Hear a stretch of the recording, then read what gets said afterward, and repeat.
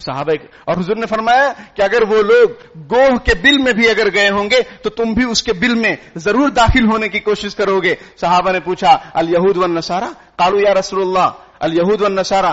حضور نے فرمایا ومن.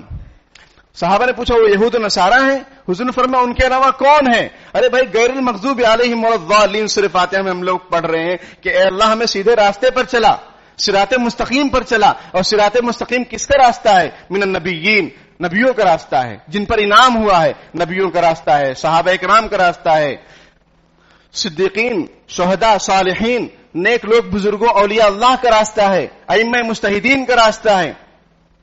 اور غیر المغضوب علیہم ولا الضالین، اے اللہ ہمیں ان لوگوں کے راستے پر مت چلائیے جو گمراہ ہو گئے، جن پر آپ کا غضب نازل ہوا ہے. اور وہ کون ہے؟ یہود و نصارہ ہیں، اور ہم انہی کے نقش قدم پر چلنے کو فخر سمجھتے ہیں. شاعر کہتا ہے بچو تقلید مغرب سے سنو اے ایشیا والوں کہ مغرب کی طرف جاتے ہی سورج ڈوب جاتا ہے.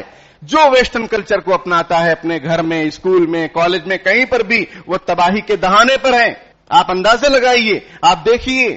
تو خدا کے واسطے یہ حیا سوز جو دن آنے والا ہے اس سے اپنے بچوں اور بچیوں کی حفاظت کریں. جو نوجوان میری باتوں کو سن رہے ہیں وہ محمد مصطفیٰ صلی اللہ علیہ وسلم کے غلام ہیں، وہ یہودی اور نصرانی کے غلام نہیں ہیں.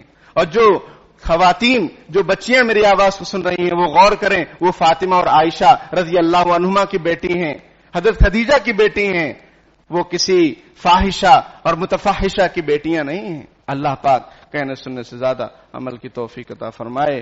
آمین. وآخر دعوانا ان الحمدللہ رب العالمین. بسم اللہ الرحمن الرحیم. ربنا آتنا فی الدنیا حسنۃ وفی الآخرۃ حسنۃ وقنا عذاب النار.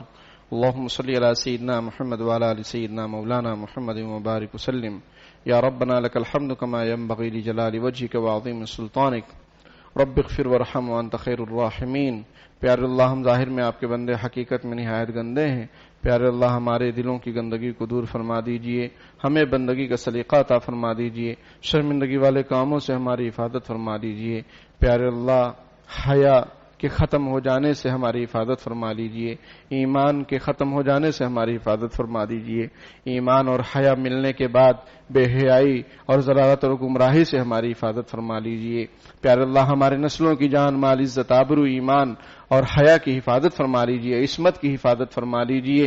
پیارے اللہ اولاد کے جو حقوق ہمارے ذمے میں ہیں پیارے اللہ ان کو احسن انداز میں ادا کرنے کی توفیق عطا فرما دیجئے. اور اولاد کے ذمے جو حقوق والدین کے ہیں اولاد کو بھی ان حقوق کو ادا کرنے کی توفیق عطا فرما دیجئے. پیارے اللہ ہمیں حقوق اللہ، حقوق العباد کو احسن انداز میں ادا کرنے کی توفیق عطا فرما دیجئے. کمی کوتاہی سے معاف فرما دیجئے، حق تلفی سے ہماری حفاظت فرما لیجئے، ظلم و ستم سے ہماری حفاظت فرما لیجئے. پیارے اللہ ترکی اور شام کے حالات پر رحم فرما دیجئے. پیارے اللہ جو پریشانیاں وہاں آئی ہیں، جو لوگ بے در بے سہارا ہو چکے ہیں، عافیت کے ساتھ انہیں بہترین گھر اور بہترین سہارا نصیب فرما دیجئے. پیارے اللہ وہاں کی حکومتوں کی سرمایہ کاری میں برکتیں عطا فرما دیجئے. پیارے اللہ جو شہید ہو چکے ہیں ان کی شہادت کو قبول فرما لیجئے. اس طرح کے واقعات سے پیارے اللہ ہماری عافیت کے ساتھ حفاظت فرما لیجئے، پوری انسانیت کی حفاظت فرما لیجئے. پیارے اللہ آپ کی ناراضگی سے، آپ کی پکڑ سے پیارے اللہ ہماری حفاظت فرما لیجئے. ہم سے آپ راضی ہو جائیے، راضی ہونے والے کاموں کی ہمیں توفیق عطا فرمائیے. ناراضگی والے کاموں سے پیارے اللہ اپنے فضل و کرم سے ہماری حفاظت فرما لیجئے. آزمائشوں سے ہماری حفاظت فرما لیجئے. ہم ناپے تولے جانے کے قابل نہیں ہیں. پیارے اللہ نعمتیں عطا فرمائیے، اس پر شکر کی توفیق عطا فرمائیے اور عافیت کے ساتھ اس راستے سے جنت نصیب فرما دیجئے. نبی اکرم صلی اللہ علیہ وسلم کی روشن تعلیمات پر عمل کرنے والا بنا دیجئے. آپ کی ایک سنتوں کو زندہ کرنے والا بنا دیجئے، اس کو پھیلانے والا بنا دیجئے. پیارے اللہ ہمارے اداروں کی حفاظت فرما لیجئے. پیارے اللہ ہمارے مدارس کی، مراکز کی، اسکولوں کی، کالجوں کی حفاظت فرما لیجئے. پیارے اللہ حیا کو عام فرما دیجئے، بے حیائی اور زناکاری کا خاتمہ فرما دیجئے. شادی کو سادگی کے ساتھ کرنے والا بنا دیجئے، شادی کو آسان بنا دیجئے. آپ نے تو بے شک آسان بنایا ہے، ہم نے ہی مشکل بنا رکھا ہے، ہم نے ہی مشکلات پیدا کر رکھی ہیں. ہمارے ہی خواہشات، ہمارے ارمانوں نے پیارے اللہ زنا کے راستے کھول رکھے ہیں، زنا کے دروازے کھول رکھے ہیں. چوپٹ کر دیا ہے سارا معاملہ. پیارے اللہ ہمارے جرموں کو معاف فرما دیجئے, مرنے سے پہلے موت کی تیاری کرنے والا بنا دیجئے, فکر آخرت نصیب فرما دیجئے, ہمارے دلوں میں غریبوں کی ہمدردی پیدا فرما دیجئے. پیارے اللہ اپنوں کے ساتھ غیروں کے ساتھ حسن سلوک کی توفیق عطا فرما دیجئے. پیارے اللہ ہمیں ایسا مسلمان بنا دیجئے جیسا مسلمان بننا آپ کو پسند ہے. پیارے اللہ ہمیں ایسا بنا دیجئے کہ ہم آپ کو پسند آ جائیں. جزا اللہ عنا محمدا صلی اللہ علیہ وسلم ما هو اہلہ برحمتک یا ارحم الراحمین.